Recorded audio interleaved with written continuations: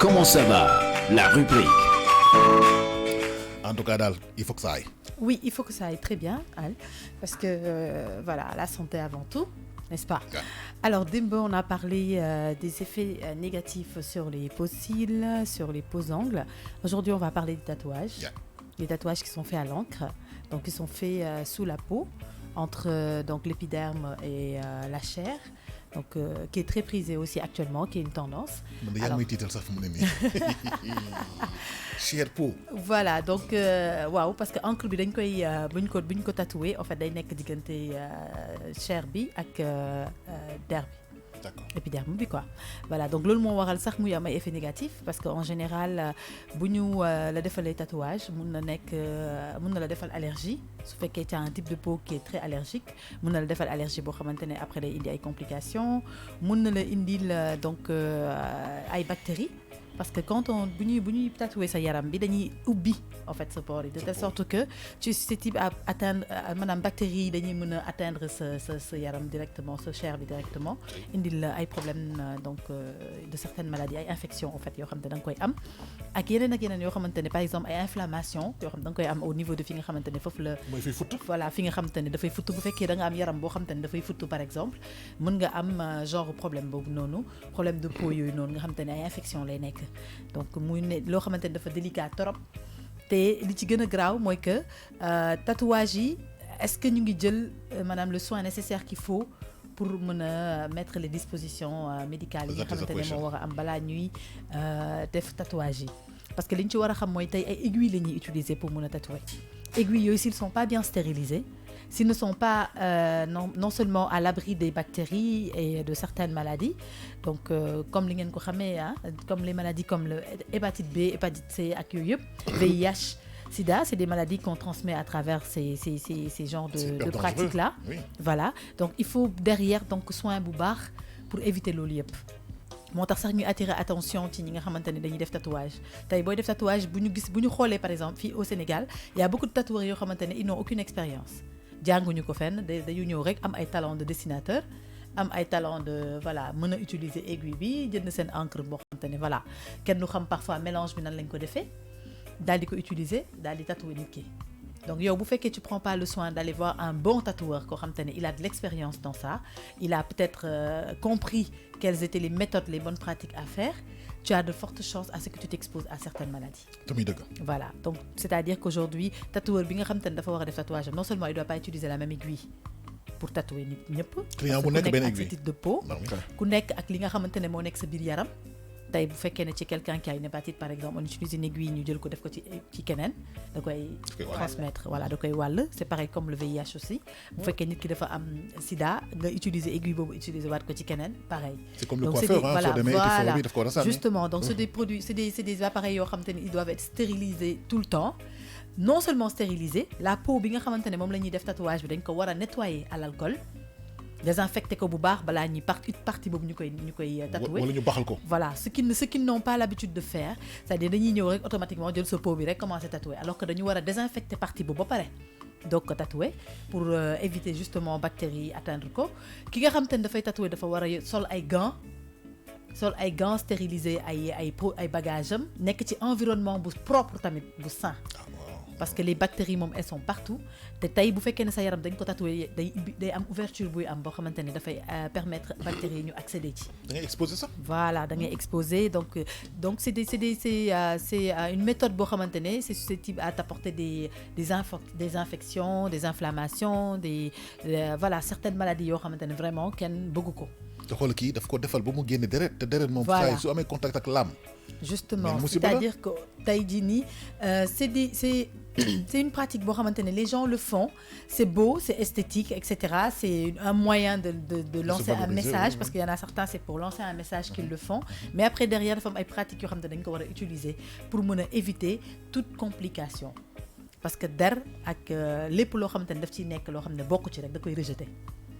Alors tatouage yi déjà sont des choses yoo xamante ne am na ci ñoo xam ne boo ko xasee ba def dootul dañ c'est à vie sur ta peau donc mën na la indil ay complications yu dul jeex déjà li ñu ci xamul mooy encre yi ñuy utiliser dafa am ay toxines oui parce c'est que des ñu bëgg encres yoo xamante ne dañoo am ay toxines dafa am ay mélange yu ci nekk yoo xamante ne dafa bëri ay toxines ay produits yoo xamante ne dafay agresser te dañu bëgg suñ ko tegee sa yaram rek mu wow léegi waaw parce que bu ñu koy def am na ñoo xamante ne par exemple tey booy def tatouage da nga war a xool ndax zone bi c'est pas une zone où il y a des grains de beauté wala y a pas des lésions et cetera parce que bu fekkee da nga tatoué ci partie yooyu noonu am lésion wala partie yi nga xam ne c'est des peaux à grains de beauté ñooñu dañuy am problème pour cicatriser déjà seen tatouage bi day am problème cicatrisation mën na sax dem bu futtu moo tax des fois nga gis ko tatoué ba pare affaire bi def futtu nii xam nga def tuttu lan moo koy waral mooy que kooku type de peau bi mu am warul utiliser leneen warul def encre ci peau parce que toxines yi nekk ci biir peau bi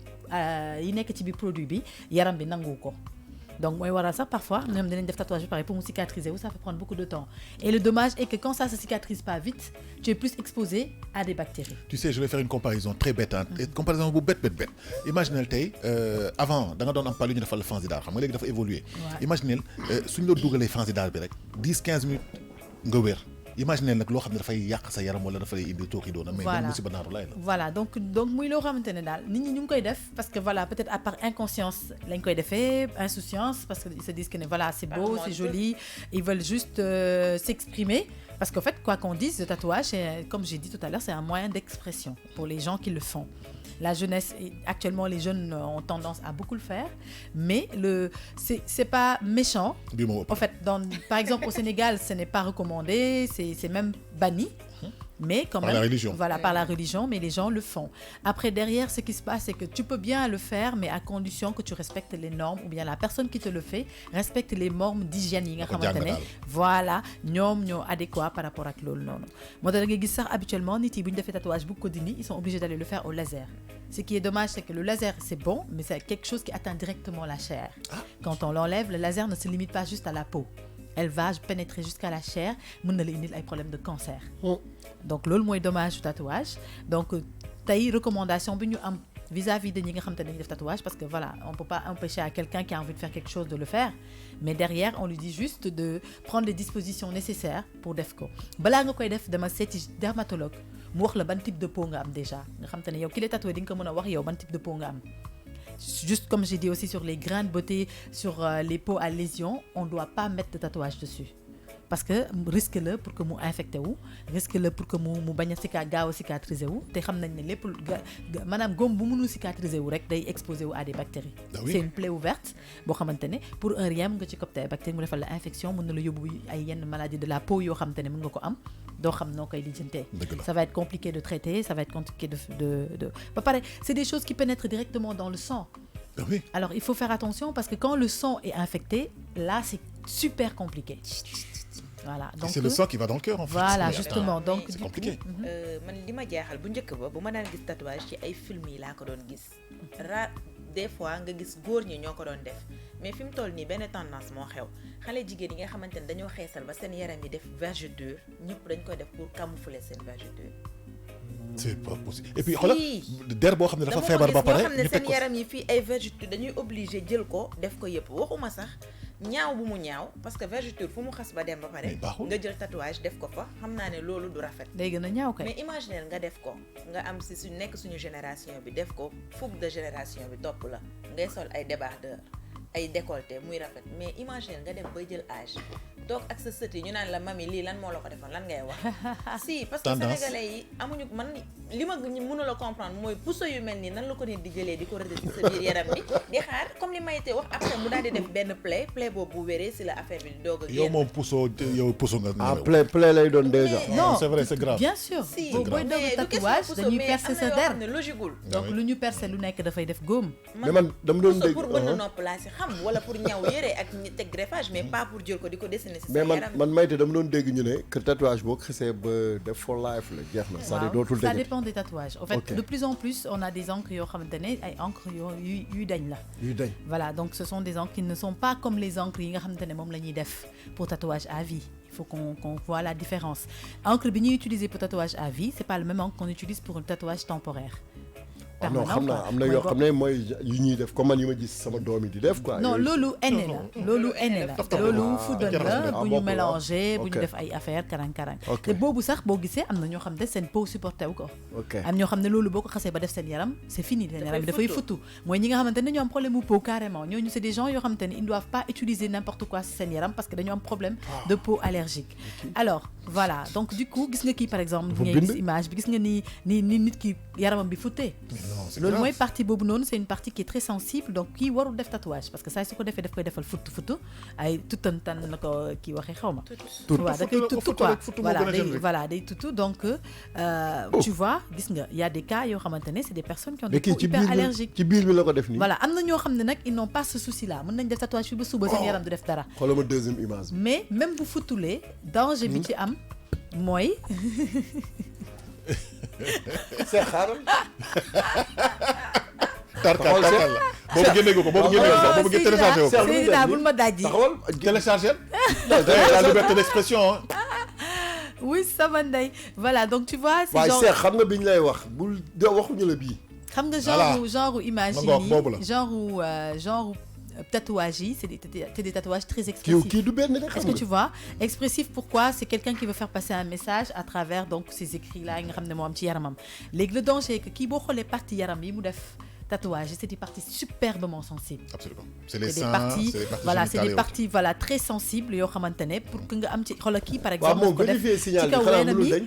xoolal kii gis nga weenam yi ni ñu xonkee ça veut dire que dafa agressé peau Non, et puis fii lay nampalee doomam voilà Tu te rends donc compte il y a plein de risques bon c'est vrai que au Sénégal la tendance n'est pas dans ce sens-là lii plutôt ci tubaab yi lañ koy gis ak ci tubaab yi parce que ñoom voilà ils ont ñoom plus dépassé de- nañu affaire voilà boobu, dépassé waaw, nañ waaw. cadre bi ñu nekk ñun tey peut-être on est à ce niveau-là aujourd'hui on essaie de voilà de faire de nous exprimer à travers les tatouages kii moom kii tuuti sax dañoo dem kenn gisatu leen di. bon voilà c'est juste pour te dire que ne ku nekk ak méthode bi ngay defee sa tatouage ak méthode bi nga xam te ne moom ngay kii yaram exprimer sa ñaaw na tatouage trop waay. par exemple on kii dirait que dafa def nu mu tudd sax chirurgie esthétique xaw ma. non pourtant dafa def tatouage bi c'est normal que yenn partie yi xonk parce que dañ koy jam li ñuy jam nag forcément dafay def rougeur oui. alors rougeur bi après derrière li ci am danger bi ci am mooy soit dina ci mën a am infection bu fekkee ne elle arrive pas à bien traiter Cheikh am na beneen waay. maanaam Mu ngi plaie bi expliqué.